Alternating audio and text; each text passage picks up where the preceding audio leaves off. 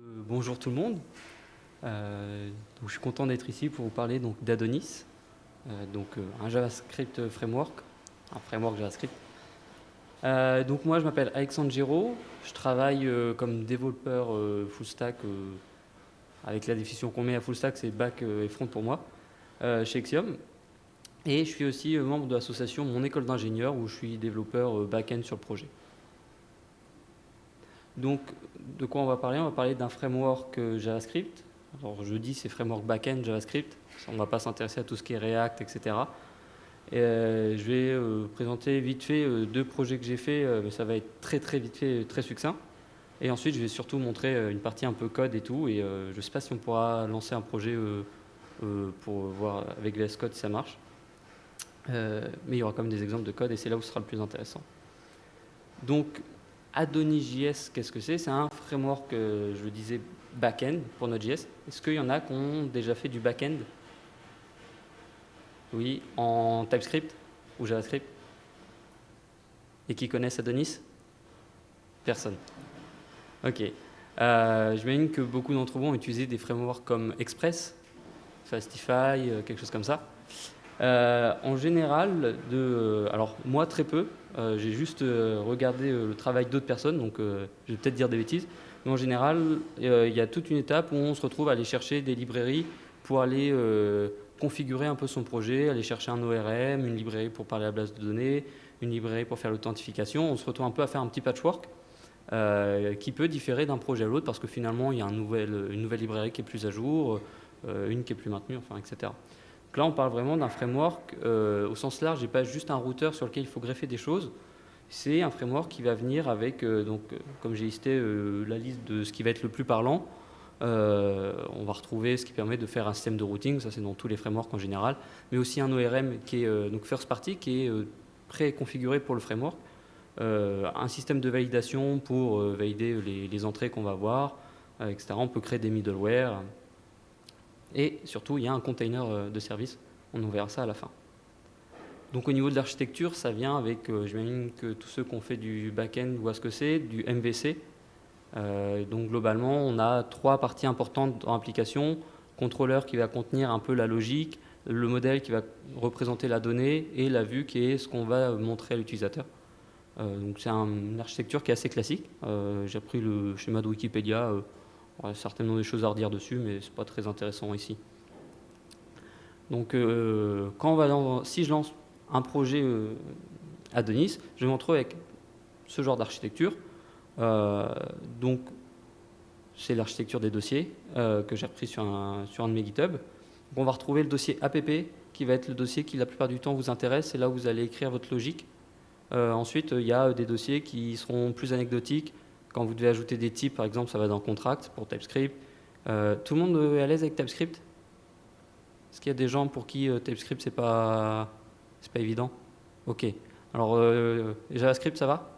Ok, donc TypeScript, c'est un peu comme du JavaScript, mais où on va préciser les types, etc. Et donc, des fois, on est un peu obligé de rajouter des lignes pour lui dire à quoi correspond tel objet, qu'est-ce qu'il y a comme propriété, etc.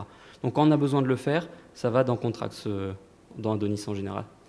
Donc ensuite, database va contenir ce qu'on appelle des migrations, donc des fichiers qui nous permettent de générer la structure à base de données, etc., etc. Donc ce qui va nous intéresser la plupart du temps, c'est dans app. Et donc dans app, qu'est-ce qu'on retrouve? Donc on retrouve les dossiers qui correspondent à MVC, donc contrôleur et modèle. Donc contrôleur, c'est ce qui se disait tout à l'heure, on va retrouver la logique, on va traiter notre requête et on va retourner une vue. Et on retrouve aussi les modèles, donc c'est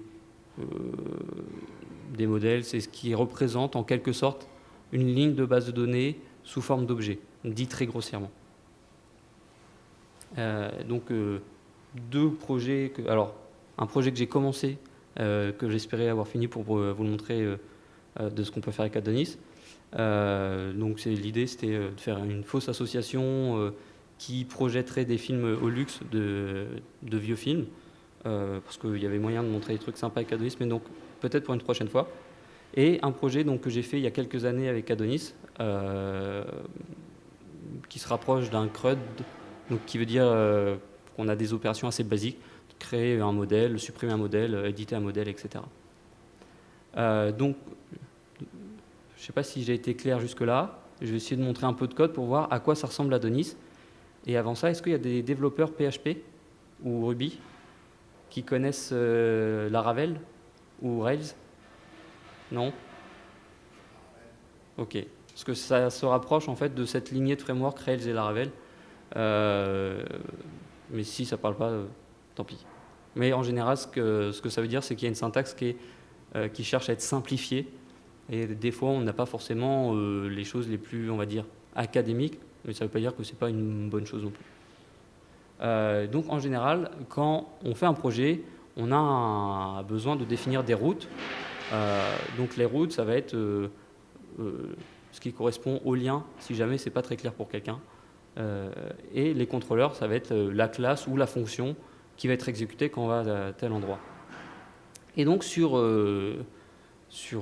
Adonis, on a quelque chose qui est très simple et très lisible, dans lequel en fait on a une classe qui s'appelle route, qui est importée d'une manière un peu particulière, comme on peut le voir ici, qui permet ensuite de définir des routes selon des verbes HTTP et de leur assigner une action. Donc, en général, c'est assez lisible. Dans des cas où les projets grossissent, etc., tout dans un fichier, ça peut devenir un peu complexe à lire, donc on peut toujours, de manière un peu plus complexe. Je ne sais pas si ça a été mis à jour sur la documentation, mais on peut faire ça dans plusieurs fichiers. Est-ce que des gens pour qui vous posez des questions sur la structure du fichier ou... Une route ressource, alors, c'est une facilité du framework pour dire que en général, on a besoin de faire un create, update, delete et un get pour la ressource particulière. Parce qu'il y a deux get, le get de collection et get de ressources uniques. Et c'est un raccourci qui va générer toutes ces routes-là en soum-soum, quoi. C'est un raccourci. Et donc on peut faire API only parce que là c'est un projet API, c'est tiré d'un projet où c'est juste une API. Donc il n'y a pas, il y a qu'une route pour update. Là où dans un projet full stack, on va avoir une route pour afficher le formulaire et une route pour traiter le formulaire. Donc pareil, on peut voir des middleware. Tout le monde est à l'aise avec la notion de middleware? Oui. Si jamais c'est pas le cas, il faut lever la main. Comme ça, c'est plus simple. Donc voilà, pareil, il y a un système de middleware, mais ça, je crois que ça existe dans à peu près tous les frameworks, même le scope. Et donc un contrôleur, c'est une classe assez simple. Alors là, j'ai enlevé tout le code qu'il y a dans la classe, mais pour dire que ça peut gérer tout ce qui est connexion, inscription, et le MI, c'est pour récupérer les informations de l'utilisateur s'il est connecté avec une session ou un token, peu importe. Est-ce que je tente de lancer un VS Code pour lancer un projet et tester? Ou est-ce que tu penses qu'on ne peut pas faire un npm install?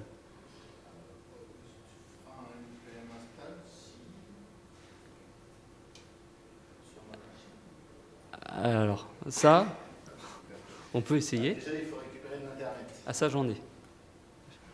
Ça, j'en ai. Je peux faire partage de connexion. Hop. Sur quoi on va te faire ça?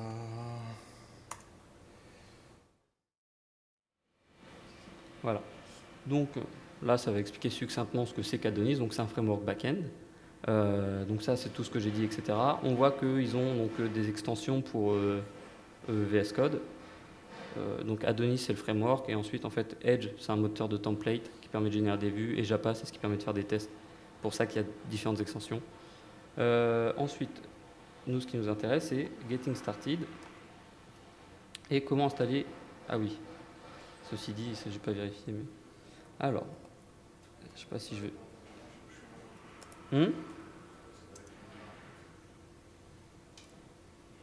Je sais pas du coup si ça va passer. 20.6.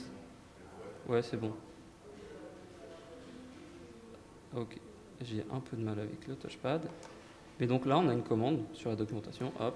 Je peux la coller ici, normalement. Non. Je vais faire Shift Insert peut-être. Voilà. Ah. Ok, si je touche pas aux flèches, normalement, c'est bon. Et là, normalement, donc, il va charger voilà, un installateur et il va me poser des questions sur qu'est-ce que je veux faire comme projet. Parce que ça, je n'ai pas mentionné, mais c'est vachement pratique quand on démarre un projet de ne pas retenir tout par cœur. Alors c'est bien après hein, si on fait beaucoup de projets, mais en général, on ne lance pas 36 projets. En attendant, est-ce que j'avance? Tant pis, en attendant. Bon, on verra si ça se lance. Et dans les contrôleurs, donc si on a un contrôleur qui n'a qu'une seule action, ça peut arriver, notamment si on ne fait pas quelque chose de ce qu'on va appeler CRUD, qu'on a des contrôleurs qui ont une action bien spécifique pour garder son code organisé. Là, c'est pas un bon exemple, parce que du coup, j'ai repris un truc que j'ai déjà fait. On peut utiliser un contrôleur qui ne fait qu'une action et lui donner juste le nom du contrôleur. Et derrière, il sait qu'il doit aller chercher la méthode handle. Pour ceux qui ont fait du PHP, c'est un peu l'équivalent de quand on utilise une classe invocable avec underscore invoke. Voilà. Donc là, où est-ce qu'il doit être fait le projet, on va dire? Dans le dossier courant. On va lui dire qu'on veut du web. Donc là, il me pose toute une série de questions. J'ai dit que je voulais pas faire une API, mais du web, donc générer des vues. Et je lui dis que pour la connexion, je veux un système de session. C'est ce qu'on connaît en général, le système de session. Ça veut dire qu'on a un formulaire avec deux inputs, le username ou l'email et le mot de passe. Hop. Et donc là, on lance l'installation. Et donc là, on peut voir qu'il installe les packages. Alors, c'est pas toujours très explicite ce que ça veut dire. Lucide, par exemple, je sais que c'est l'ORM, mais ils n'ont pas forcément des noms très, très explicites. Alors que Haute, ça va. En attendant, hop. Je triche, je regarde ce qu'il y a après. C'est inversé. Donc, ouais, on va essayer d'attendre un peu si on peut faire l'explication dans la démonstration d'un contrôleur.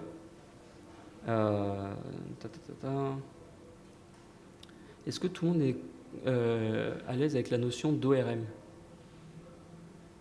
Alors un ORM, ce que j'expliquais vite fait tout à l'heure, il y a un modèle, ça représente un peu ce qu'on a dans une base de données. L'ORM, c'est lui qui va charger d'exécuter la requête SQL et de mapper le résultat de la requête sur des objets du langage, que ce soit en PHP, en JavaScript, peu importe. Et donc ça permet de travailler de manière plus simple, des fois, que de faire que du SQL et de faire soi-même un mappage sur des données. Bon, on verra peut-être après la présentation, alors si l'installation se fait.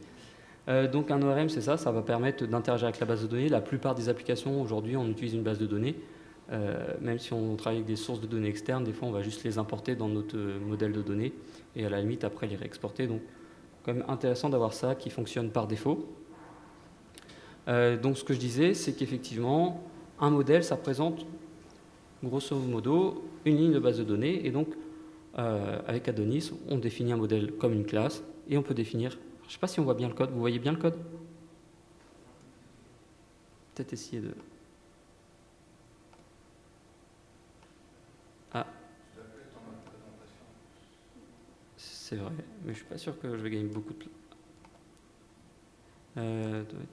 Hop, et ensuite présenter un diaporama. Mais je suis pas sûr que ce soit beaucoup mieux. Bon, je peux pas vraiment zoomer. Donc là, on voit qu'on a des attributs. Tout le monde est à l'aise avec la notion de classe en programmation? Oui. Donc c'est des attributs et on utilise un petit décorateur, colonne, qui va nous permettre de spécifier quel type de colonne il s'agit. C'est pas ça qui va déterminer ce qu'il y a dans la base de données. Ça définit comment TypeScript doit interpréter ces données. Et donc l'intérêt qu'on a derrière ça, c'est qu'on va avoir tout ce qui est autocomplétion. Si vous avez déjà utilisé Laravel par exemple, comment on appelle ça, ce paradigme d'Active Record, eh ben, on n'a plus vraiment l'autocomplétion. Que là, l'intérêt de TypeScript, c'est qu'il saura déjà quelles seront les données.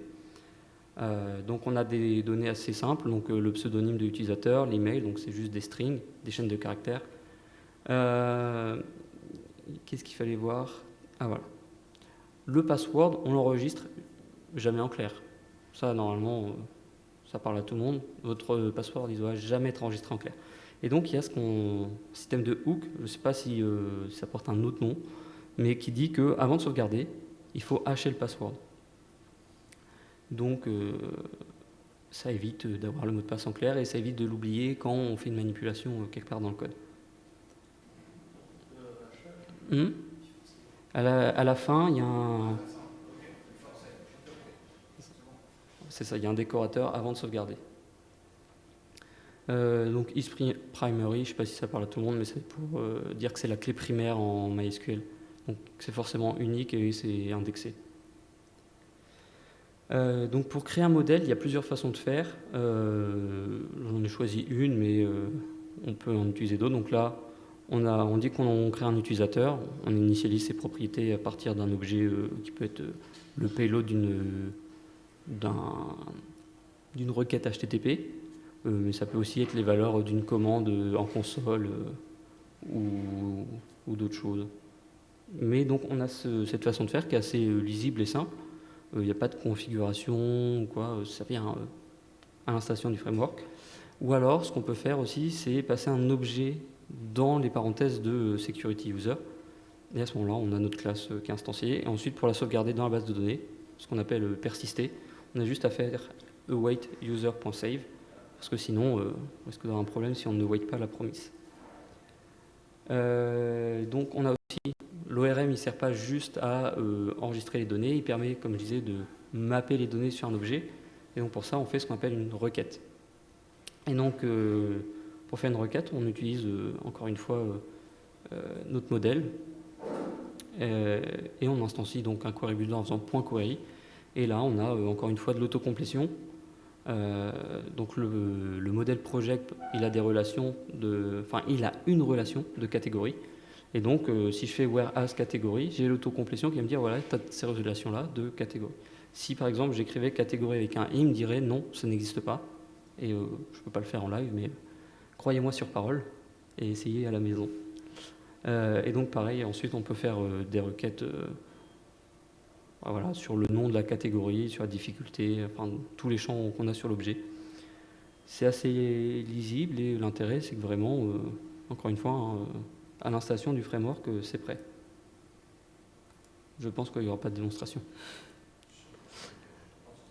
Donc j'ai présenté ce qu'on attend en général d'un ORM, à savoir récupérer les données, les sauvegarder, mais j'ai pas tout montré. Il y a les migrations, donc les migrations c'est juste un fichier très simple où on va décrire comment modifier la base de données, pour lui dire comment créer la table des utilisateurs. Une migration peut aussi juste ajouter des champs, sachant que dans une migration on écrit ce que ça ajoute, mais on écrit aussi ce que ça enlève, parce que si jamais on veut revenir en arrière, il faut pouvoir revenir étape par étape. Donc les hooks, c'est ce que j'ai présenté vite fait sur le fait de hacher un mot de passe. Voilà. Est-ce que vous avez des questions sur l'ORM ? Oui ? Oui, il y a des notions de transaction. On l'utilise notamment pour les tests, parce que ça permet d'isoler les tests entre chaque. Mais oui, on peut faire ça. Oui. À l'heure actuelle, je sais que c'est compatible, parce que j'ai regardé l'installation SQLite, MySQL, MariaDB et Postgre. Et je crois qu'il y a un Microsoft SQL, mais je ne connais pas. Et moi, j'ai utilisé que MySQL. Voilà. Oui. Non, parce que j'ai fait un projet simple et en général j'écris bien mes migrations. Non, mais ça dépend ce que tu entends par conflit. Après un rollback par exemple. Ouais. Ou sur une modification d'un champ. On propose des solutions. Comment ça se passe si par exemple tu modifies un booléen en date, elle va te proposer. Non. Il y a de fortes chances. Alors, je ne suis pas tombé sur ce cas-là, mais je pense que tu vas juste avoir une erreur au moment de lancer ta migration et tu devras investiguer sur ce qui ne va pas. Et c'est pas toujours très clair à ce niveau-là. Mais les erreurs en migration, c'est souvent un problème. J'ai ça aussi avec Laravel, sur le code des autres, bien sûr. C'est toujours un peu problématique, oui. Non, c'est... alors, je peux peut-être aller sur GitHub, ça va peut-être marcher si je vous montre. Ah oui, alors, j'avais oublié ça. Le P, il est où? Ça va être particulier quand même, hein. Alors, faut pas se moquer de moi, le clavier est bizarre.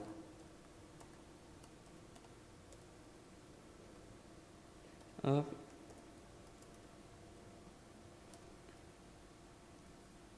Alors, j'ai changé de prénom aussi. Ah, mais il ment ton clavier? Ah non, d'accord.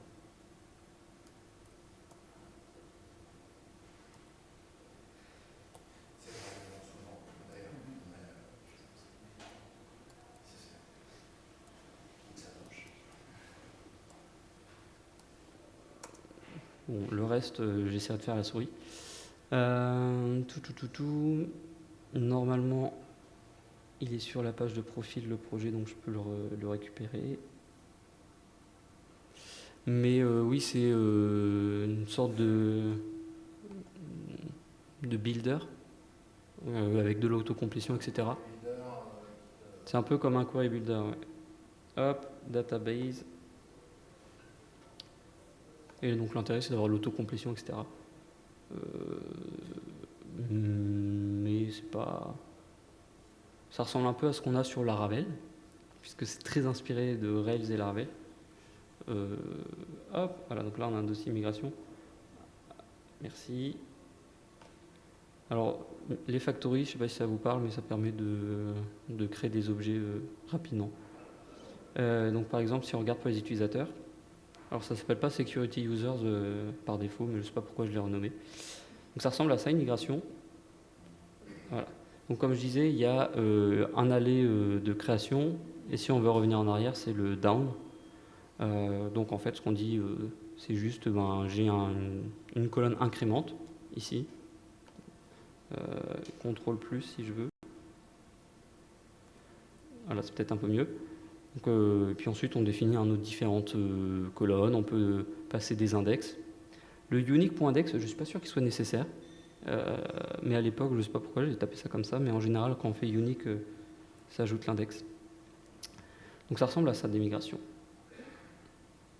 C'est assez lisible, je pense. S'il y en a qui ont fait du Symfony, en général, c'est beaucoup moins lisible sur Symfony. Mais c'est du SQL. Donc voilà pour la partie base de données.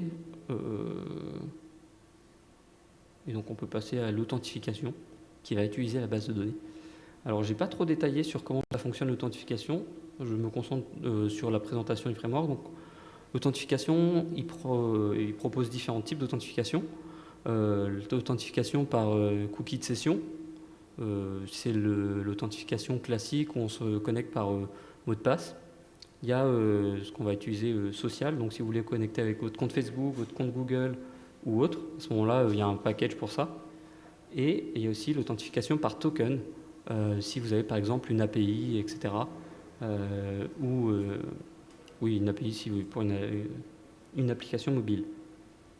L'exemple que j'ai à montrer qui est vachement simple à utiliser, c'est juste, il y a de la configuration, mais c'est la configuration par défaut, de lui dire que on a un email, un password, et on va juste utiliser le auth.attempt qui va essayer d'authentifier l'utilisateur. Ce que ça va faire, c'est que ça va créer en fait une session et dans la réponse, ça enverra le with set cookie. Et donc avec ça, on a ou pas un utilisateur authentifié. En cas d'échec, il renverra une 401 avec, je ne sais plus, c'est bad credentials, enfin une erreur adaptée qui est gérée par le framework. Et on peut, si jamais on a une façon un peu particulière de s'authentifier, par exemple, alors j'ai jamais utilisé, mais des choses comme LDAP ou un keycloak ou quelque chose comme ça, qui n'est pas géré par le framework, c'est extensible, ils ont un système de guard, et en fait c'est juste comme si on avait différents drivers, il faut implémenter le nôtre. Donc on extend d'une classe et on fait notre logique dedans. Et donc cette classe-là, elle a différentes méthodes, comme retrouver un utilisateur et supprimer par exemple l'utilisateur, enfin ce genre de choses. Supprimer la session, pardon. Et donc, si on reprend les routes de tout à l'heure, on a vu qu'il y avait des middleware. Middleware guest, middleware auth, etc. Et donc rien qu'avec ça, je peux ou non interdire l'accès à certaines routes. Donc guest, ça veut dire qu'il ne faut pas être connecté pour y accéder. Et auth, c'est l'inverse, il faut être authentifié pour y accéder. Je pensais qu'il y avait plus que ça. Ça va vite. Sur les mails, c'est un truc qu'on retrouve généralement aussi dans les applications web, notamment l'inscription. Quand on va s'inscrire, on a souvent besoin de valider notre adresse mail. Donc là, j'ai fait quelque chose un peu caca pour ceux qui sont très pointillés sur le bac. Je l'ai dit, le code a quelques années. Mais donc, on a une classe, la classe mail, qui vient du framework, qui permet d'envoyer simplement un mail.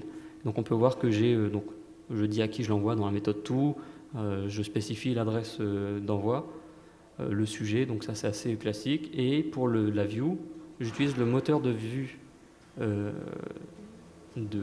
d'Adonis pour envoyer le mail. Donc ça, c'est le corps du mail en fait. Et on peut lui passer des paramètres. Donc là par exemple, j'ai besoin de passer une URL particulière pour rediriger l'utilisateur quand il cliquera sur le bouton.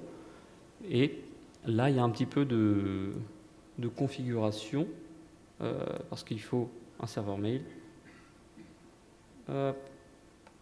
Normalement, il y a tout ce qu'il faut dans le .example, mais des fois, j'oublie de le mettre à jour.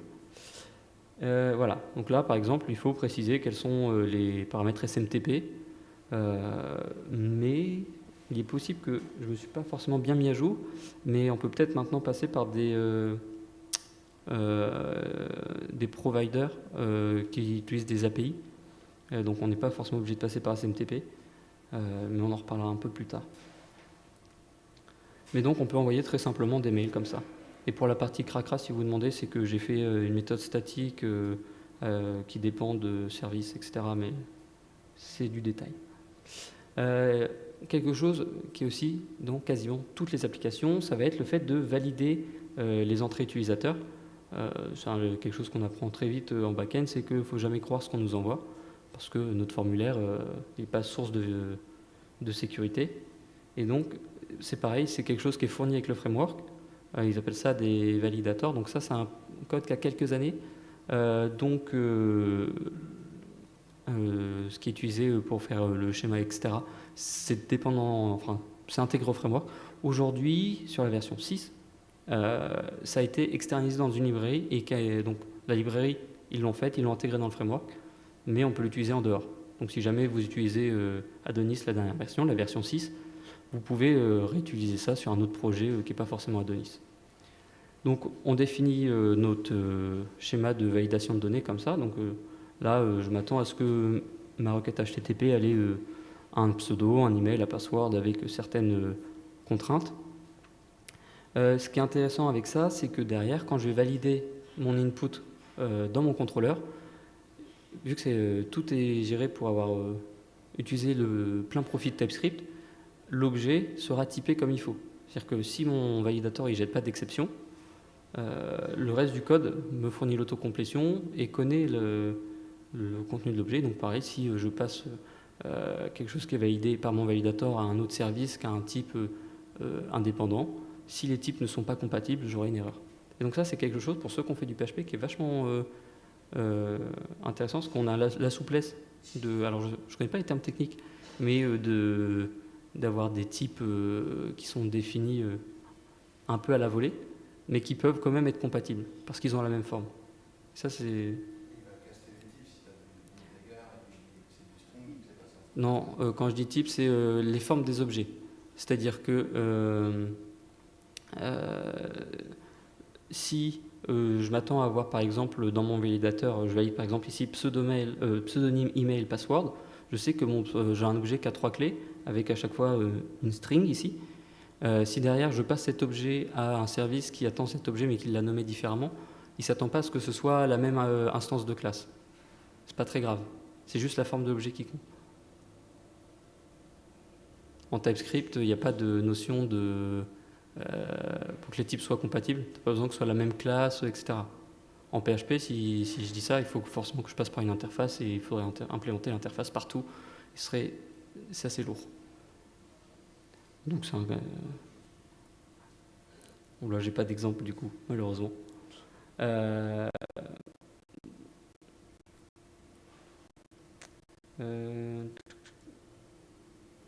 Bon, on pourra peut-être regarder après, mais je ne suis pas sûr. Et donc, quelque chose, moi, que je trouve super intéressant, c'est le container de service. Est-ce que ça parle à quelqu'un, le container de service, ce que c'est? Oui. À qui ça ne parle pas? Ok. Alors, un conteneur de service, on peut imaginer ça un peu comme une grosse boîte dans laquelle on a des classes plus ou moins à disposition.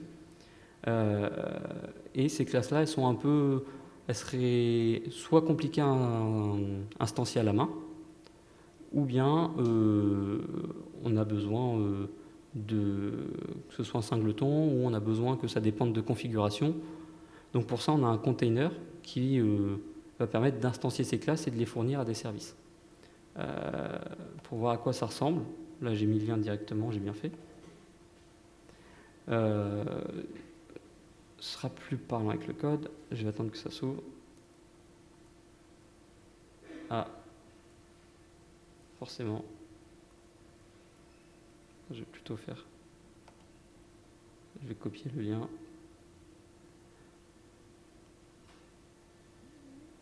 Non, je ne vais pas cliquer. Allô?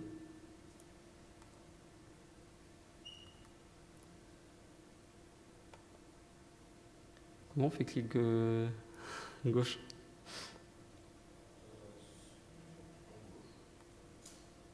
Ah oui, ils sont en haut les boutons. Voilà, il a quoi là, la machine, je sais pas, je pense que c'est le truc qu'on enregistre. Ah, Il a OBS. l'air d'avoir un truc qui ne me plaît pas. Ok. Et donc on va voir à quoi ça ressemble. Un provider. Donc un provider, pour relier ça au container de service, c'est un fichier dans lequel on va donner des instructions à notre container pour lui dire, voilà, j'ai telle classe qui va être enregistrée à tel endroit et il faut la construire de cette manière. Être plus parlant avec le code peut-être. Donc là j'ai pris l'exemple de Lucide, donc l'ORM d'Adonis, parce que c'est hop, je remonte en haut. Parce que du coup, c'est souvent intéressant de voir comment c'est fait dans le framework, parce que c'est pas derrière la magie, en fait, c'est pas magique. Et on retrouve ce genre de code. Donc là, déclare module, etc. C'est pour juste dire à TypeScript à quoi vont ressembler les objets, notamment si on ajoute des paramètres ou des méthodes à d'autres classes. Et donc voilà, donc là on a notre provider. Et donc qu'est-ce qu'il va faire? Hop, je cherche la méthode qui s'appelle register. Voilà, donc on a une méthode register qui va permettre de dire à notre container, enregistre pour telle classe ou à tel emplacement, enregistre telle classe. Et donc on peut lui dire comment la construire. Et donc par exemple la base de données, donc qui s'appelle database ici, on sait qu'elle va avoir besoin d'une configuration et elle va dépendre de plusieurs services. Alors l'émetteur, je crois que c'est pour les événements. Le logger, c'est pour mettre des informations soit dans les fichiers de log, soit dans la console. Donc on sait que notre classe database, elle a besoin d'une configuration d'un logger et d'un émetteur. Il fait ça. Et c'est un singleton, ça veut dire que partout où je vais en avoir besoin, j'aurai la même instance de la classe. Et donc j'aurai juste besoin de l'injecter. Et donc pour l'injecter, c'est... je ne sais pas si il va bien vouloir. Hop, concept.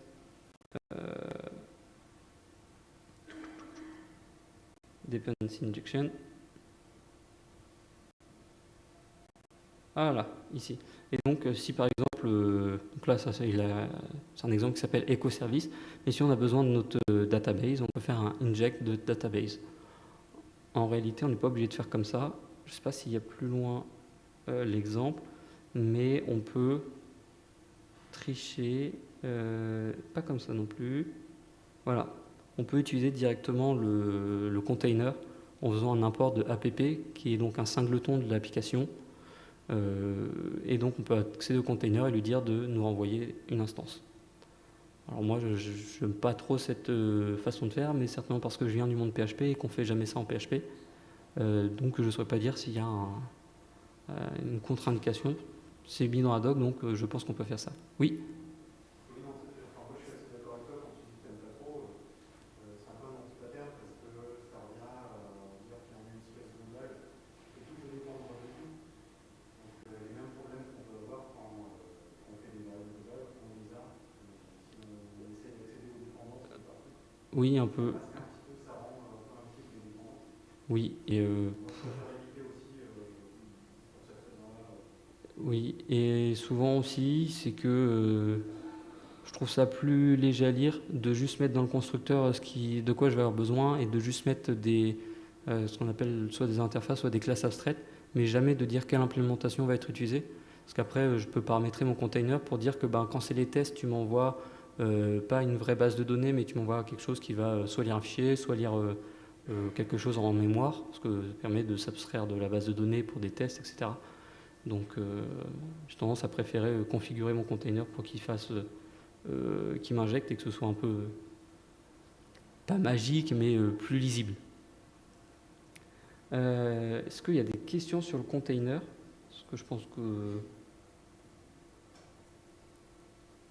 Juste un doute, quoi, c'est que l'attribut inject, il permet de dire qu'on va devoir injecter des choses, qu'on va pouvoir injecter des choses dans le service, ou c'est ce qui rend le service injectable. Non, tout service est injectable à partir du moment où il est enregistré dans le container. C'est-à-dire à partir du moment où... Hop, je vais remettre. Ah ben, décidément. Hop, à partir du moment où on l'a enregistré, il est injectable. Et pour du coup répondre à ta question, quand on met inject, ça veut dire que c'est là que ça va être injecté, que ce service a besoin d'injection. Et le container, alors je ne sais pas s'il est capable de tout résoudre, parce que des fois je sais qu'on est obligé de passer des instructions pour dire quel service envoyer. Hop, voilà. Là par exemple, si je fais this app.singleton, le service database devient injectable, mais il n'a pas besoin d'avoir le inject sur lui. Et il y a très peu de chances qu'il en ait besoin, du coup, vu qu'on construit nous-mêmes à la main les services. Une autre question? Est-ce que vous avez des questions de manière générale sur Adonis? Parce que je pense que ça va être la fin de mon slide. Je pense que... Ah, presque la fin. Est-ce que vous avez d'autres questions sinon avant que je passe au test? Non? Eh bien, du coup, on va parler de la dernière partie, les tests. Quelque chose qui est important quand même quand on travaille sur une application, surtout quand c'est pas juste pour faire joujou mais que c'est au boulot. Donc on a besoin de faire des tests et donc hop, si je reviens en arrière, ça va être plus parlant avec... c'est quelque chose qui est des fois un peu délicat à configurer. Je suis au bon endroit? Non, je suis pas au bon endroit, j'ai éteint le mauvais dossier. Je me disais que ça faisait beaucoup de tests. C'est quelque chose qui peut être assez délicat à installer parce qu'il y a toute une configuration avec TypeScript pour lancer un TS runner. Des fois, on ne sait pas trop quel framework installer de test, donc on se retrouve par exemple avec Jest ou ce genre de choses. Donc, sur Adonis, ils ont fait un choix, c'est de développer une librairie de test pour l'environnement Node. Donc, c'est pas fait pour le tester du front-end et ça se base vraiment que sur Node. Et donc, pareil, ils l'ont rendu agnostique, comme pour, je disais tout à l'heure, la validation. Et ça permet d'écrire des tests assez simplement. Alors, je vais tricher, je vais mettre quasiment que les tests pour l'instant. Il y a un petit peu de configuration, mais... Je ne sais pas si j'ai cliqué. Si, c'est bon. Donc là, par exemple, pour l'inscription, donc quelqu'un qui a demandé tout à l'heure s'il y avait les transactions. Là, on le voit, on est obligé, pour l'instant en tout cas, de dire qu'au début de chaque test, on va commencer les transactions et à la fin de chaque test, du coup, il faudra rollback les transactions. Donc ça permet d'avoir un état indépendant de la base de données entre chaque test. Parce que là, c'est des tests fonctionnels, donc on a une base de données qui tourne. Et donc, ici, on peut voir que j'ai un test qui vérifie que en cas où les utilisateurs sont... Pas les inputs, les entrées sont correctes, on a bien un utilisateur qui est créé. Ensuite, on vérifie que, par exemple, si on met... qu'est-ce que j'ai mis en deuxième? Ah oui, on peut tester les différents cas. Donc, je crée un utilisateur. Donc là, normalement, on peut utiliser aussi ce qu'ils appellent une factory, qui permet de créer ça plus rapidement. Je pourrais avoir en une ligne security user factory, .create, email, et mettre juste l'email et ça mettrait des valeurs un peu aléatoires pour les autres champs. Je ne l'ai pas fait, mais dans des cas où on a des modèles assez conséquents, c'est intéressant. Et donc, on voit qu'on a des tests assez simples à écrire et on n'a pas trop à prendre la tête. On a un client qui nous permet de faire les requêtes HTTP qui est fourni, On n'a pas besoin d'installer une librairie. On a Assert qui reprend ce qu'il y a dans toutes les autres librairies globalement. Assert is a string ou is not null, tout le genre d'assertion. Est-ce que ça parle à tout le monde les tests et les assertions? Non. En fait, on va exécuter une partie de notre code de manière automatisée et les assertions, c'est à la fin de mon test, est-ce que tu peux me valider que ça c'est bien vrai? Donc si j'ai une fonction addition qui prend 2 paramètres, je lui passe 2 et 3, est-ce que tu peux me vérifier que le retour c'est bien 5? Et donc si ça passe pas, on se dit on a peut-être cassé notre fonction quand on l'a changé, etc.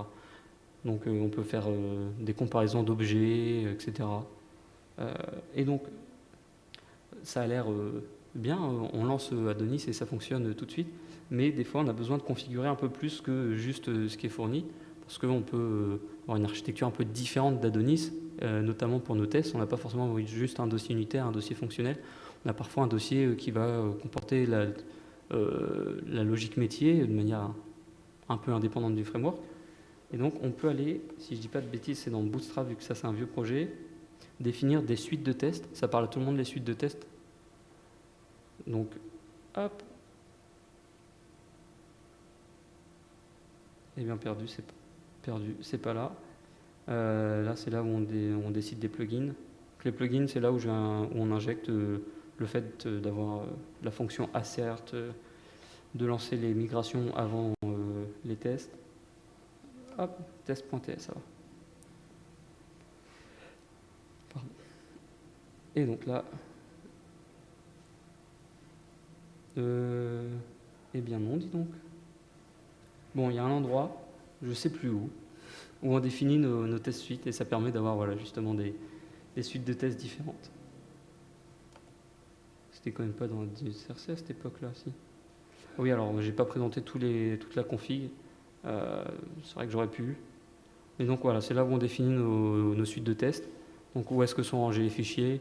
On peut définir des timeouts différents, parce que par exemple un test fonctionnel va être plus long qu'un test unitaire. Un test unitaire, la plupart du temps sur mes projets PHP, s'il dépasse les 100 millisecondes, je vais me poser des questions, parce que j'ai des projets assez simples. Par contre, un test fonctionnel, voilà, c'est pas rare qu'il dépasse les 100 millisecondes, parce qu'il faut qu'il démarre le framework, etc. Donc, voilà. Je vais quand même vous montrer un peu à quoi ça ressemble la configuration, parce que des fois, j'arrête pas de dire depuis le début, oui, le framework nous amène quelque chose par défaut, c'est tout beau tout rose, mais des fois on a besoin un peu de changer des valeurs. Et donc, là par exemple, on a, donc j'ai parlé tout à l'heure au niveau de la connexion qu'il y a des guards. Donc le guard web, c'est ce que j'ai appelé session, c'est le fait d'avoir un cookie de session, donc email mot de passe. Et donc on voit que là, hop, il définit le